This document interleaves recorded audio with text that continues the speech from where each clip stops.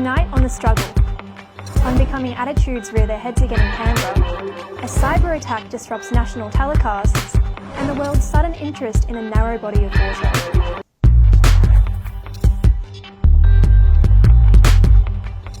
Federal Liberal MP Andrew Laming has announced he will not be running in the next election after he allegedly took a photo of a woman bending over in 2019. This comes just weeks after allegations of rape were levelled at Attorney General Christian Porter, and a second woman, Brittany Higgins, alleging she was raped inside Parliament House. All of this points to a shocking culture of sexism within Australian politics, and particularly within the Liberal Party. So with Laming deciding not to run in the next election, we here at The Struggle have a few suggestions on who could fill his seat. First up, Eddie Maguire. Now, calls for Eddie to enter politics have been around for a while, and at a time when they're desperately trying to rebuild their image, the Liberals could use him more than ever. Successful businessman turned casual racist radio host, Eddie may just be exactly what the Liberals are looking for. Next, there's Peter Credlin. If you're not familiar with her, think back to all the Dan Andrews press conferences last year. Remember that annoying voice that kept asking Dan about dictatorships and personal freedoms? Well, that was none other than Miss Credlin herself. She first made a name for herself as Tony Abbott's Chief of Staff before becoming a regular on the highly reputable Sky News. With a reputation as an honest journalist who hunts down the truth, Peter would be a perfect fit if she decided to run. And lastly, there's kjappa. Now, admittedly, this one's a long shot, but can you imagine if Archie Andrews from Riverdale became an MP? He'd be Prime Minister in no time. He's got the acting chops to pull off press conferences, and I'd take him one-on-one against any world leader. That's it, guys. I think we found our guy. He's what? New Zealand? Are you kidding me? Not this dual citizenship fiasco again, as if we didn't have enough dramas with the international borders at the moment. Here to tell us more about the current state of our travel affairs is our Neighbourhood Watch President, Karen Kvetch. Thanks, Sam. I am absolutely livid that the international travel ban has been extended until at least the middle of June, as it means that my holiday to Europe has been postponed yet again. I will not get to enjoy escargot in France, lavishly dine in Italy, sip on fine wine in Spain, or dip my toes in the water wearing a swimsuit just like, well, actually a bit more sophisticated than that one, at the beaches in Portugal until the middle of the year, at the absolute earliest. I cannot believe that this COVID-19 pandemic has gone for so long. How am I meant to unwind if I cannot travel? I am ready to have this holiday. Please let me escape. Mr. Morrison, Mr. Albanese, even Mr. Andrews, if you can do anything. Speaking of Dad, I have been made aware of what he has truly been up to these past few weeks. I was given this intel through the anonymous submissions on our Neighbourhood Watch website. Exceptionally credible. Now, Dan, I'm aware that you did not truly break your back and that it was a strain at most, and that you have been spending the time enjoying a lavish holiday in Queensland, giving yourself a lot more ability to scheme of how else you can deprive us. Dan, did you really expect us to believe that the Queensland authorities simply decided to change their story from saying a man that was told to isolate was having a party with 25 people to simply a small gathering with 5 of his own housemates of their own accord? As if. I'm aware, Dan, that you and your barely injured back were attending that party and have chosen to instigate yet another cover-up. This behaviour is unacceptable and I will not tolerate it. Back to you, Sam. Can't wait till you get out of the country, Karen. Moving on now, and Channel 9 has been subjected to a cyber attack which disrupted systems and prevented some shows from going to air. While some are questioning what the hacking means for Australian online security, others are wondering why Channel 9 was targeted in the first place. And while the motives are unclear, if the attack turns out to be a ploy to get maths off screens, then there may yet be a positive side to this hacking after all. Regardless, at least it's good to see 9 has already started putting new security measures in place. But cyber hacking wasn't the only headache for Nine last week, with Melbourne News anchor Peter Hitchener having to be replaced mid-news bulletin due to a migraine. But kudos to Nine for having someone on standby, ready to take the reins in case of a sudden emergency, just like right now. Tavleen, what are you doing here? You know, you weren't feeling well, so I thought it's just my duty to step in as the real host of the struggle. I can take over for the rest of the season. No. I'm feeling fine, okay? No, it's fine. There's a doctor on standby as well. He can take care of you and I can take care of the show, you know, as always. Tavleen, look, it's time that you move on with your life and get off this set, okay? Look. No, so what's No, that? you have to. No. But I want to stay. Anyway, let's check in with Soraya for a quick hit of sport. Thanks, Sam. As our lives slowly return to some kind of normal in an almost COVID-free Australia, one of the things that many of us have been reacquainting ourselves with are the joys of going to and attending live sport. Now, for most, this journey begins from the humble train station, where after the emotionally distressing experience of seeing how much money is left on your Mikey, you spend the trip making awkward eye contact with a strangely dressed old man and debating within yourself whether it's morally justifiable to take the vacant priority seats, at least until someone who actually needs them gets on the train, obviously. Anyway, after you finally arrive at your destination and you've relived the emotional trauma, this time by seeing how much your train fare costs, it's time to actually head to the venue. Now, this can be via a nice tram ride or maybe a quick walk. Either way, this is where the real fun begins. Or at least it does if you haven't recently arrived from a retroactively declared COVID hotspot, such as the entire city of Brisbane. Anyway, assuming you're allowed entry to the ground, many venues have introduced a COVID check-in system using the Service Victoria app. Most people are happy to do it. Now, one might question the practicality and enforceability of a system where you hang up a few QR codes around the entrance to a gate where literally thousands of people are trying to enter at the same time. But like, whatever. Finally, it's time to head to your seat. Or for smaller scale events, your allocated zone. Now, there are some problems with the zone model as well. For instance, one might question how sectioning off one small patch of grass from another adjacent small patch of grass actually achieves anything. Alternatively, there could be a situation in which one small patch of grass, the one you happen to not be in, has a hot dog stand, which means that because you're in the wrong patch of grass, you can't go get a hot dog even though it's literally like 5 meters away. It's right there and you can't go get that hot dog because it's in the other zone. And I try to explain to the security guard, like, it's right, like, what do you mean? Like, you could watch me the whole time. You watch me get the hot dog and bring it back and it'll be fine. He's, no, we can't because of COVID precautions. Back to you, Sam. Thanks, Soraya. We're off to a quick break.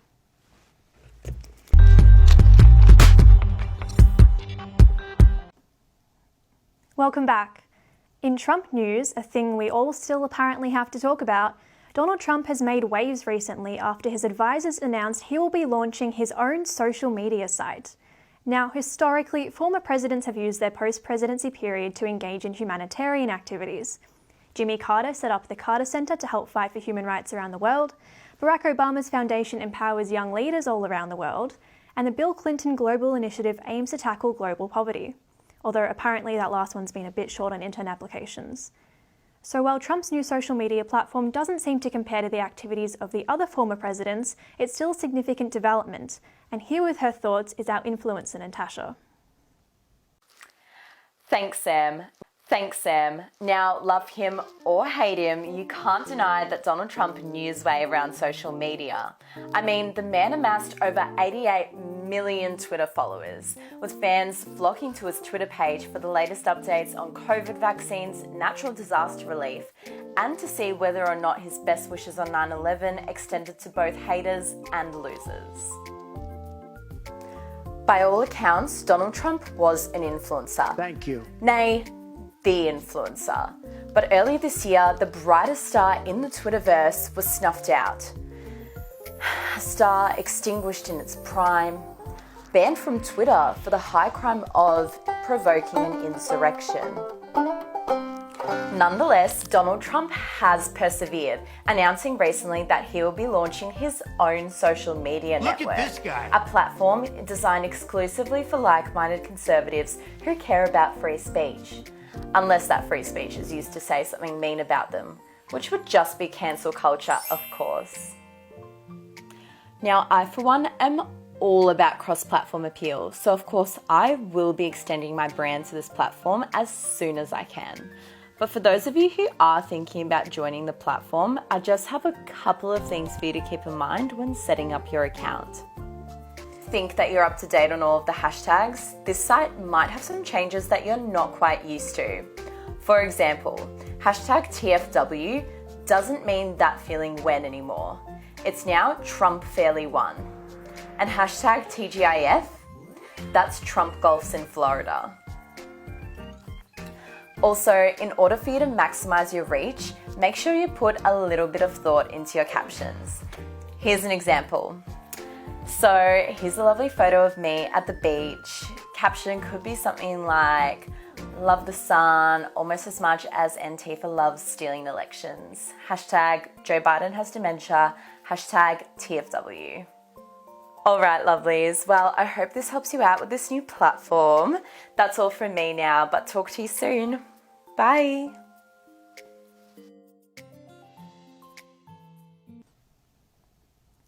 Thanks, Natasha.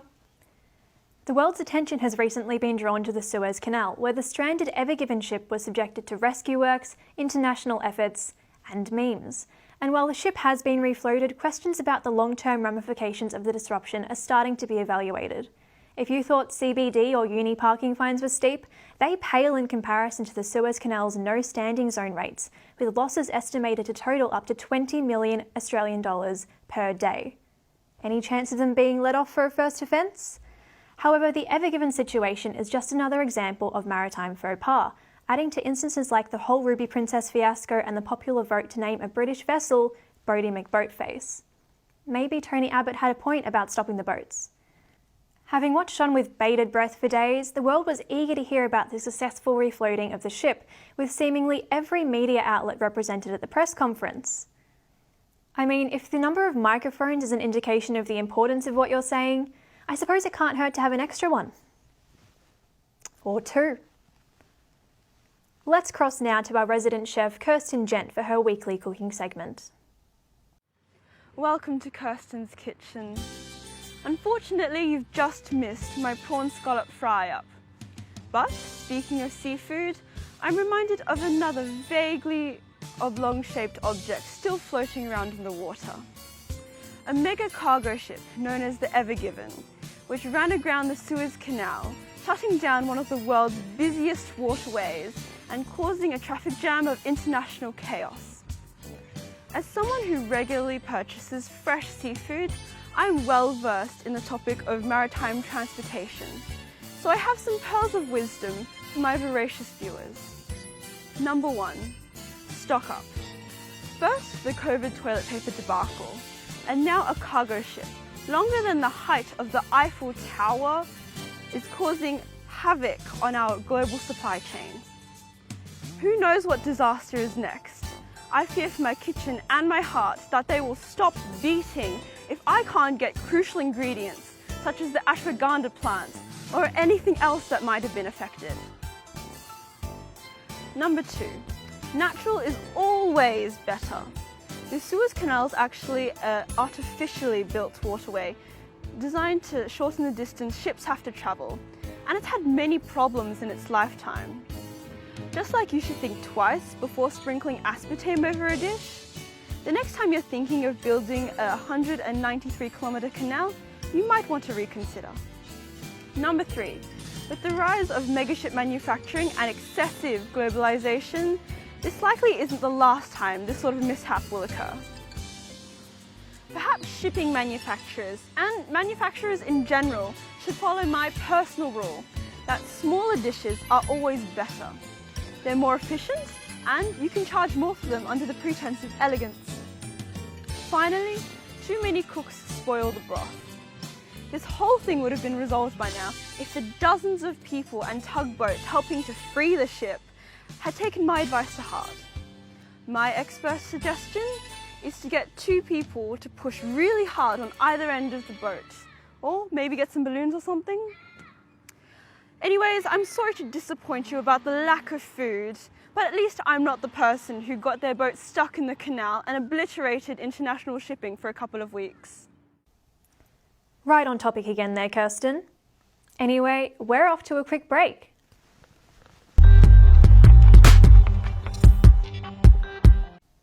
Welcome back again. For viewers who spent their childhood watching the Disney Channel, Hannah Montana was a staple show, with Miley Cyrus playing the teen pop star. And in proof that young people aren't as young as what they think they are, it's now been 15 years since the show first went to air. To commemorate the anniversary, Cyrus penned a letter to her alter ego, reminiscing on those formative years of her youth, speaking about just how intertwined her own identity was with Hannah.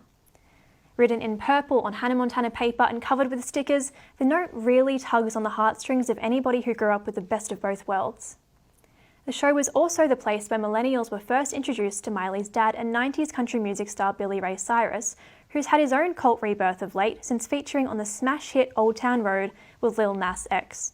Speaking of Lil Nas, let's cross now to our fangirl Sophia for all the latest on his music career. Thanks, Sam. Today, I'm traveling down that old town road of outrage and shock horror that seems to accompany any new tune that vaguely reflects any socially progressive values.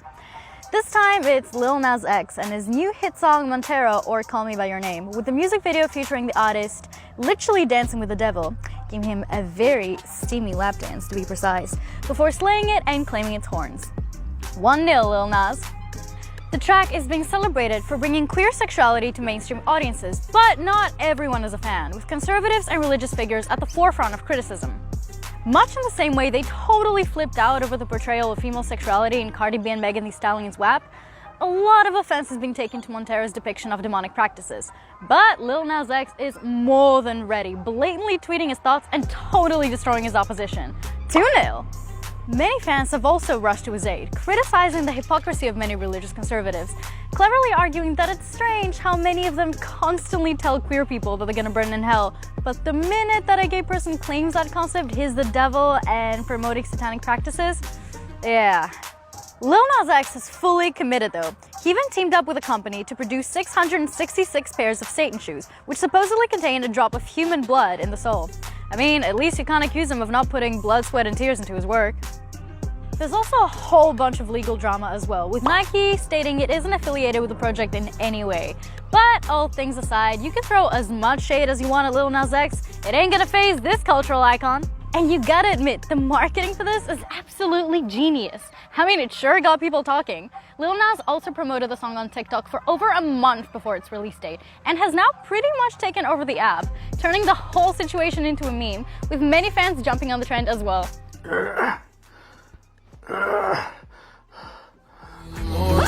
Give him hell, Lil Nas. Back to you, Sam. Thanks, Sophia. Right.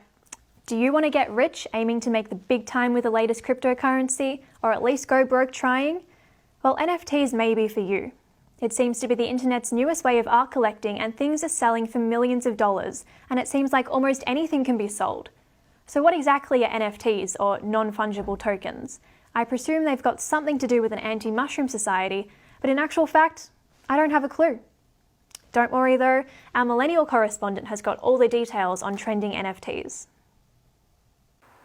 Welcome back to I'm a Millennial, Get Me Out of Here. Now, I'm sure you all know about Bitcoins by now, but they were so last year. The new hot thing that's trending now are NFTs, also known as non-fungible tokens. So NFTs, like Bitcoin, are a cryptocurrency, but they're so much more than that. An NFT can be anything that's digital, and initially evolved from art collecting digital art. Basically, it's the cryptocurrency for us, millennials. And it's a little pricey too. Someone paid $69 million for one of Beeple's artworks. Forget Monet, because this went for $15 million more than his water lily paintings.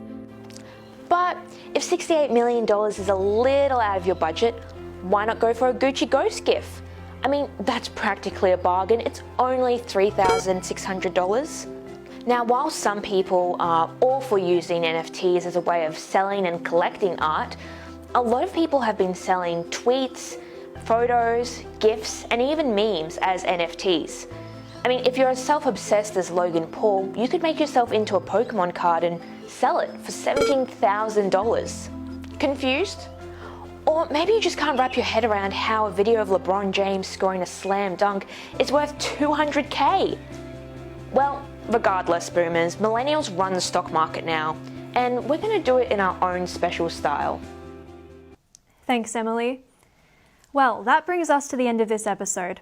Hopefully you enjoyed the extra 1 hour of sleep thanks to daylight savings, and use it wisely sleeping off a chocolate food coma. Until next week, the struggle, it's real.